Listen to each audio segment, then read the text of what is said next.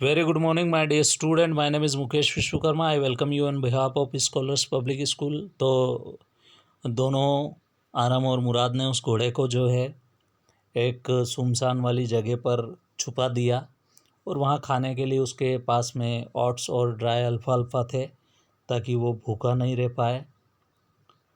We begin walking home, ये मैंने आपको एक्सप्लेन कर दिया था। इट वॉज नॉट ईजी, ये एक्सप्लेन करना बाकी था तो मैं इसे एक्सप्लेन कर देता हूँ। It was not easy, he said, उसने कहा यह आसान नहीं था। To get the horse to behave so nicely, घोड़े को इतने अच्छे से बिहेव करना या घोड़ा आपके साथ इतने अच्छे से बिहेव करे इतना आसान नहीं है। एट अ फर्स्ट, पहली बार जब मैंने इस घोड़े की सवारी की, it wanted to run wild, ये काफ़ी जंगली घोड़ा जैसा प्रतीत हो रहा था क्योंकि वो इधर उधर दौड़ता था। But as I have told you, जैसा कि मैंने कहा तुम्हें, ये मुराद बोलता है आरम को, I have a way with a horse, मैं घोड़े को अच्छे से डील कर सकता हूँ। तो मैंने उसको बड़े प्रेम से रखा, बहुत अफेक्शन से रखा। I can get it to want to do anything I want to do, और फिर मैं उस घोड़े से वो करवाने में कामयाब हो गया जैसा मैं चाहता था। मैं चाहता था कि घोड़ा दौड़े तो वो दौड़ता था, बैठ भी जाता था और मेरे साथ बहुत अच्छे से रहता था। द हॉर्सेस अंडरस्टैंड मी, घोड़े मुझे समझते हैं बहुत अच्छे से।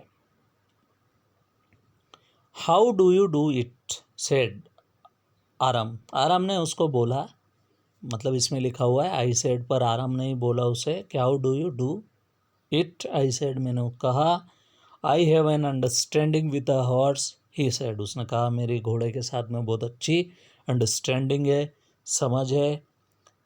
Yes but what sort of an understanding, I said, पर वो किस प्रकार की अंडरस्टैंडिंग है, मैंने पूछा। तो वो बोलता है Mourad, a simple and honest one, he said, उसने कहा कि बहुत सिंपल बने रहो और ऑनेस्ट बने रहो।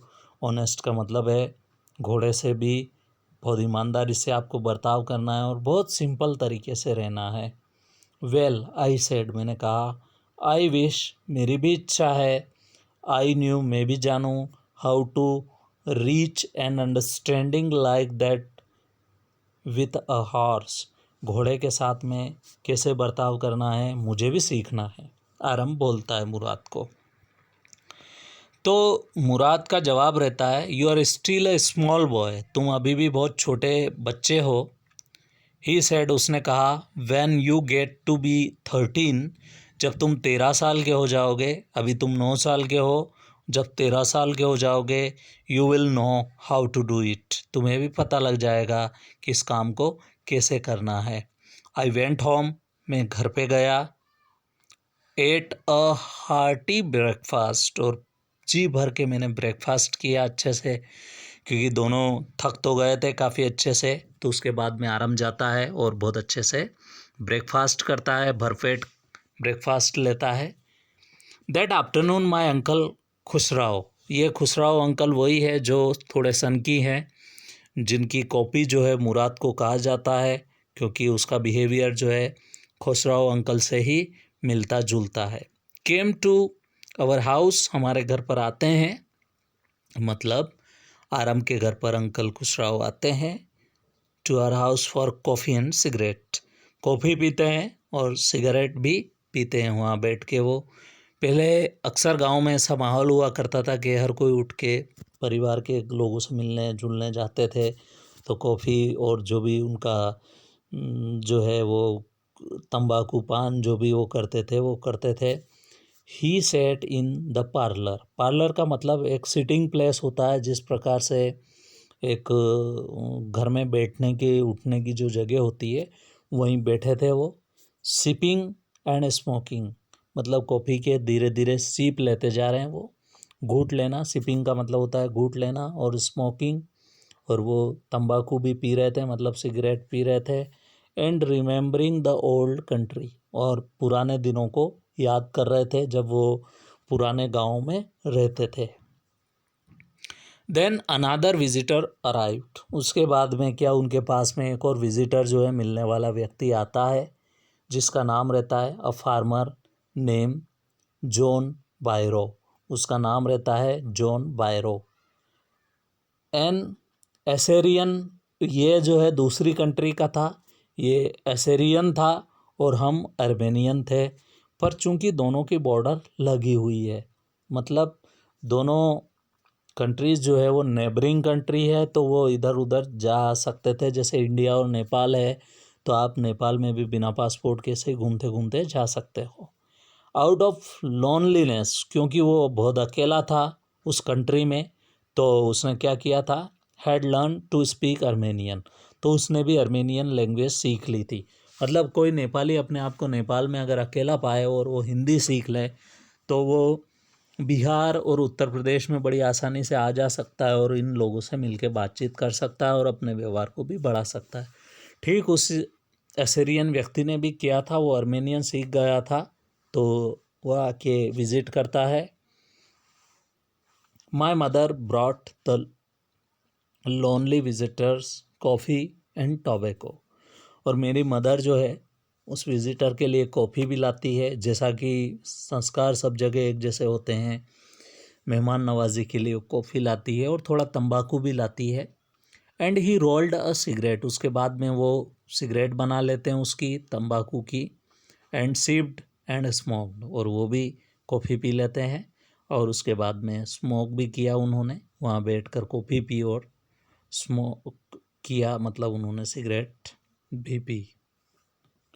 And then at last sighing sadly, आह भरते हुए, उसने थोड़ा दुखी आह भरते हुए कहा उन्होंने, he said my white horse which was stolen last month is still gone, मेरा जो सफ़ेद कलर का घोड़ा है जो लास्ट मंथ में जिसकी चोरी हुई थी, वो अभी भी गायब है।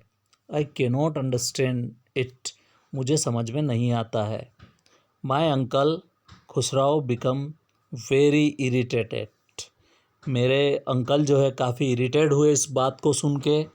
एंड शाउटेड, और बहुत ज़ोर से चिल्लाए, इट्स नो हार्म, इसमें कोई हार्म जैसी चीज़ नहीं है।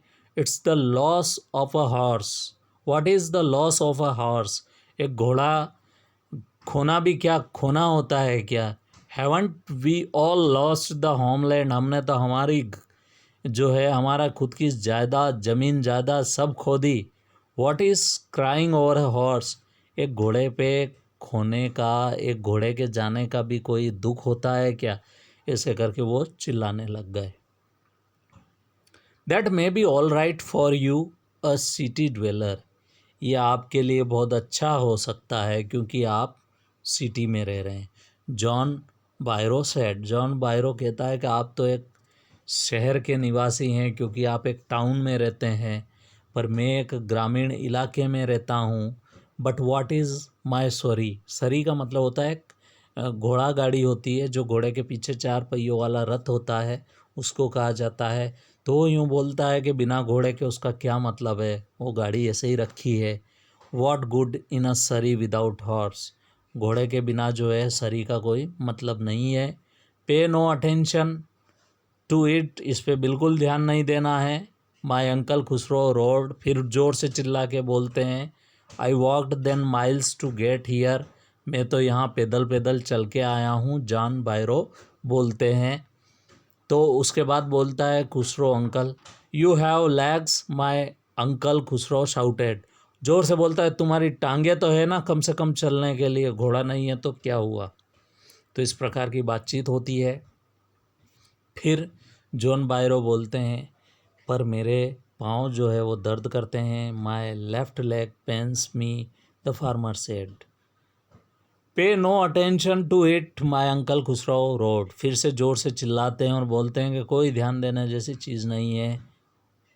That horse me that horse cost me $60, the farmer said, उसके बाद फार्मर बोलता है कि उस घोड़े की कीमत जो है $60 थी, आपको पता है।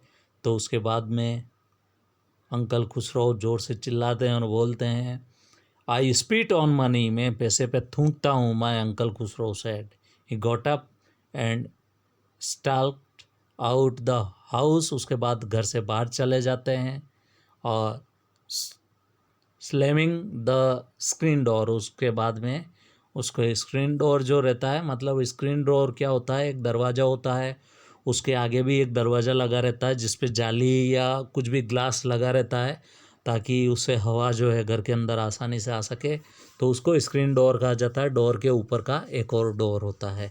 अक्सर मच्छर वगैरह से बचने के लिए भी ऐसे डोर्स को लगाया जाता है। तो जल्दी से उसको बंद करते हुए बाहर निकल जाते हैं, उस घर से बाहर निकल जाते हैं। माई मदर एक्सप्लेन्ड, मेरी माता जी जो है वो एक्सप्लेन करती है, उस किसान को समझाती है कि he has a gentle heart, बहुत ही कोमल हार्ट के हैं। शी सेड, वो आखिरी में बोलती है, it is simply that he is a home sick and such a large man. तो बोलती है कि होम सिक है थोड़े, मतलब घर की याद आ जाती है, जो ज़मीन जायदाद इनकी गई है, जो घर इन्होंने छोड़ा है, और आज जिस शहर में वो बसे हुए हैं, जिस प्रकार की इनकी पुरानी जायदाद थी, उनको याद करके थोड़े से चिड़चिड़े हो जाते हैं, और कुछ भी नहीं है। सच ए लार्ज मैन, क्योंकि आदमी भी इतना रोब वाला है और आज इनके पास कुछ भी नहीं है, तो थोड़ा एक इरिटेशन होता है। ऐसा समझाती है, उसको कन्वेंस करती है फार्मर को। वो इसलिए कि फार्मर को बुरा नहीं लगे इस बात का कि उसके साथ उसका बर्ताव कैसा रहा। तो फार्मर वेंट अवे, उसके बाद फार्मर वहाँ से चला जाता है। And I ran over to my cousin Mourad house, और मैं वहाँ से दौड़ा दौड़ा सीधा कहाँ जाता हूँ, मेरे कज़िन मुराद के घर पे जाता हूँ, क्योंकि मुझे खबर किसको देनी है, कज़िन मुराद को क्या बोलना है कि वही अंकल आए थे जिसका घोड़ा तुम चोरी करके लाए। तो बाय द वे, अगले वीडियो में मैं आपको एक्सप्लेन करूँगा कि किस प्रकार से वो घोड़े को वापस सेटल करते हैं और किस जगह नया ठिकाना उनका ढूंढते हैं। तो thank you so much for joining me.